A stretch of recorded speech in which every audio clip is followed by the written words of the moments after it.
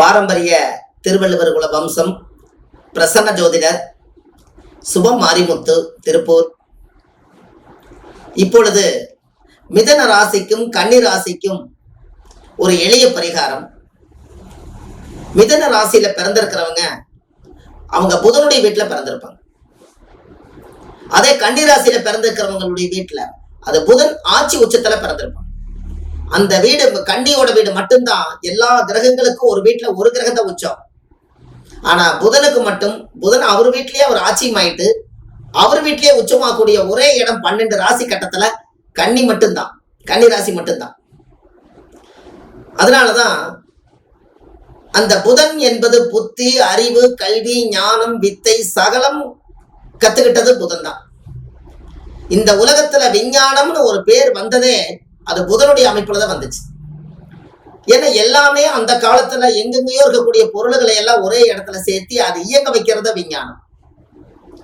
அதை மெஞ்ஞானமா மாத்தி கொண்டு போறது புதனுக்கு மட்டுமே அந்த சக்தி இருக்கு. மெர்க்குரி பாதரசம் என்று சொல்வார்கள்.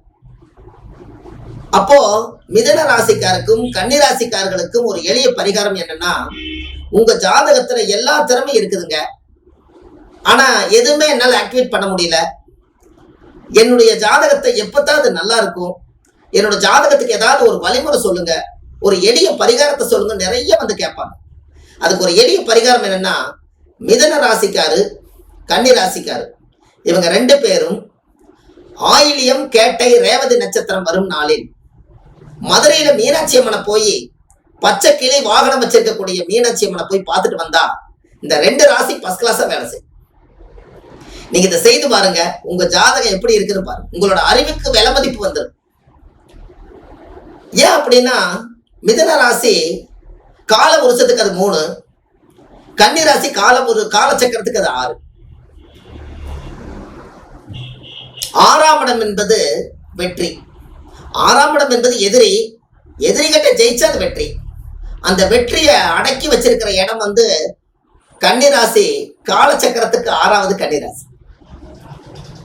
எல்லாமே அந்த காலத்துல சிறப்பா வச்சிருக்காங்க. ஏன் ஆயிலியம் கேட்டை ரேவதி நட்சத்திரத்துல போகணும்னா, இந்த 3 நட்சத்திரம் சேர்ந்தது புதன் திசையில தான் அவங்க பிறப்பாங்க. புதன் என்பது பச்சை நிறம். பச்சை யாருக்கு இருக்குதுன்னு கேட்டீங்கன்னா, மதுரை மீனாட்சி அம்மனுக்கு பச்சை கிளி வச்சுதான் அந்த அம்மா அவதாரம் எடுத்தாங்க. அதனால மதுரை மீனாட்சி அம்மனை போய் பார்த்துட்டு அந்த கோயில்ல நீங்க கொஞ்ச நேரம் உட்கார்ந்து சாமிக்கு வந்து குங்குமம் வாங்கி தானம் பண்ணிட்டு நீங்க அர்ச்சனை பண்ணிட்டு வாங்க. ஒரு முறை நீங்க போயிட்டு வந்தாலே உங்களுக்கு ஒரு மிகப்பெரிய மாற்றம் தெரியும்.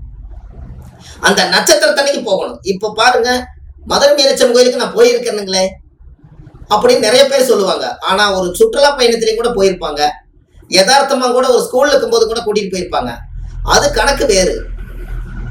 அந்த நட்சத்திரத்தன்னைக்கு அந்த மதுரை மீனாட்சி அம்மன் புதனோட ஆதிக்கம் அங்க அதிகமா இருப்பதனால அந்த அதனுடைய கையில வந்து பச்சை கிளி இருப்பதனால் அந்த பச்சை நிறம் எந்த ராசிக்கும் இல்லை, அந்த கன்னி ராசிக்கும் மிதன ராசிக்கும் மட்டும்தான் இருக்குது.